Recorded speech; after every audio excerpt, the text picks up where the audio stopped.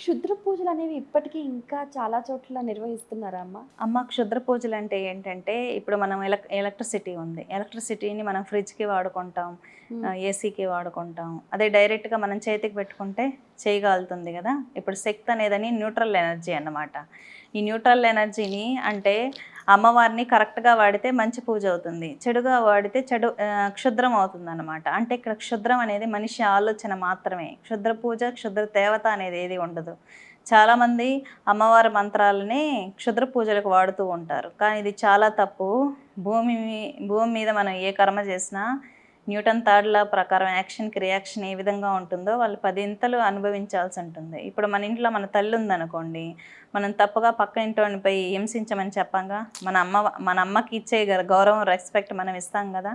ఆ విధంగానే మన ఉపాసన దేవతని జాగ్రత్తగా పోషించుకుంటూ ఉండాలి శక్తిని. అలా తప్పుగా వాడామనుకోండి ఉపాసన దేవతే ఈ తిరిగి అతన్ని సంహరిస్తుంది. ఉదాహరణకి నరకాసురుడు ఉన్నాడు.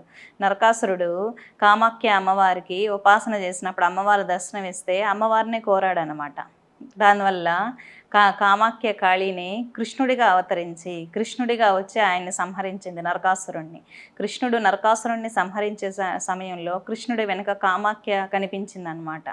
అప్పుడు రియలైజ్ అయ్యాడు, అంటే నా ఉపాసనా బలమే ఈ విధంగా రూపం తీసుకొచ్చి నన్ను సంహరించిందా అని చెప్పి తను చేసిన తప్పులకి తను రియలైజ్ అవుతాడు.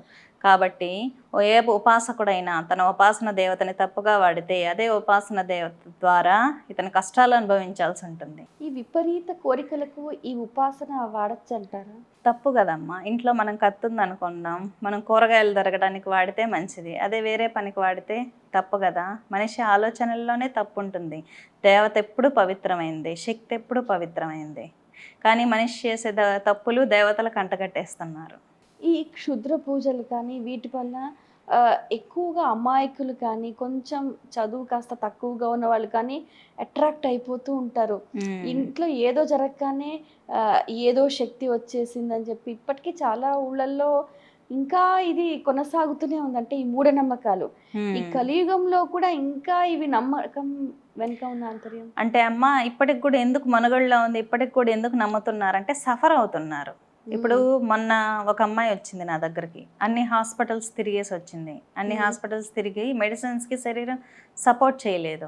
కానీ గుడికి వెళ్ళినప్పుడు అమ్మాయి మనసు, శరీరం చాలా చల్లగా ప్రశాంతంగా ఉందంట. అంటే ఆ అమ్మాయి ఒక నెగిటివ్ ఫోర్స్ వల్ల ఇబ్బంది పడుతుందని భావించి వచ్చి యజ్ఞం చేసుకుంది. యజ్ఞం చేసుకున్న మరుసటి రోజే అమ్మాయి క్లియర్ అయిపోయింది. ఈ ఇన్సిడెంట్ జరిగి 4 రోజులే అవుతుంది. ఈ పరమ దైవ భక్తులు ఉంటారు కదా, వారిపైన కూడా ఈ క్షుద్ర పూజలు అనేవి ఫలిస్తాయంటారా? అంటే అమ్మ మంత్ర సాధన చేసే ఉపాసకులు చిన్న చిన్న తప్పులు చేస్తూ ఉంటారు. మంత్ర సాధన చేస్తున్న సమయంలో ఎదుటి వ్యక్తి ఎక్కువ శక్తి ఉందనుకుందాం. ఎదుటి వ్యక్తిని ఎలా చేయొచ్చు అంటే శక్తి లాగచ్చు, అతని శక్తిని దిగ్బంధనం చేయొచ్చు. సరిగ్గా ఉపాసన చేయలేదనుకోండి. ఇప్పుడు కొంతమంది బాగా ఉపాసన చేస్తూ ఉంటారు. తల మీద చేయబెట్టిన ఆజ్ఞాచక్రం దగ్గర బొట్టు పెట్టిన శక్తి మంత్రం చదవంగానే వెళ్ళిపోతుంది అతని శరీరంలోకి. అందుకే దిగ్బంధన మంత్రాలు ఉంటాయి. ఇప్పుడు అమ్మవారు ఉపాసన చేసినప్పుడు భైరవ ఉపాసన కూడా చేయాలి. అంటే భైరవుడు రక్షణ దేవత అన్నమాట. ఓహో, అంటే రెండు చేయాలి. అందుకనే లలితా సహస్రనామం చదివినప్పుడు కూడా తప్పనిసరిగా శివుడిది కానీ విష్ణువుది కానీ ఏదన్నా చదవమంటారు. రక్షణ దేవతలు అమ్మవారిని మన ఒంట్లో ఉన్న శక్తిని రక్షించేది భైరవ దిగ్బంధనాలు వేసుకోవాలి. మరి ఎవరికి వారు వేసుకోవచ్చమ్మా ఈ భైరవ దిగ్బంధన మంత్రాలు ఉంటాయి, అంగన్యాస కరన్యాసాలు ఉంటాయి. ప్రతి మంత్ర జపం చేసే వ్యక్తికి గురువు చెప్తారు దీక్ష ఇచ్చే సమయంలో. మంత్ర జపం చేస్తున్నప్పుడు అంగన్యాస కరన్యాసాలు చేసుకోండి, దిగ్బంధన మంత్రం ఉంటుంది, దిగ్బంధన మంత్రం చేసుకోండి. సవ్య విధానంలో గురువు సంరక్షణలో ఉపాసన చేసినప్పుడు ఇబ్బంది ఉండదు. సరైన గురు పరంపర లేక సొంతంగా వాళ్ళు బుక్స్ చేస్తూ ఉంటారు. అటువంటి వాళ్ళకి ఇబ్బంది. ఇప్పుడు ఎవరికో ఇబ్బంది వస్తుంది, ఎవరిని అడగలేరు, ఎవరితో చెప్పుకోలేరు, పుస్తకాలు చూడటమో నెట్ చూడటమో ఇలా చూసి వారికి వారుగా చేసుకున్నప్పుడు ఫలితం ఉంటుందంటారా? ఖచ్చితంగా ఉంటుందమ్మా. నామజపాలు చేసుకోవచ్చు, ఇబ్బంది లేదు. నామజపాలు, శ్లోకాలు, స్తోత్రాలు, అష్టోత్తరాలు అన్నీ చేసుకోవచ్చు. బీజాక్షర మంత్రాల్లో కూడా మహావిష్ణు మంత్రాలు చేసుకోవచ్చు. కానీ కొన్ని నియమాలు ఎక్కడి నుంచైనా తెలుసుకొని పాటించుకోవాలి. బీజాక్షర మంత్రాలు చాలా వరకు ఉగ్రదేవత ఉపాసనలకు వెళ్ళినప్పుడు లక్ష్మిది కూడా చేయొచ్చు.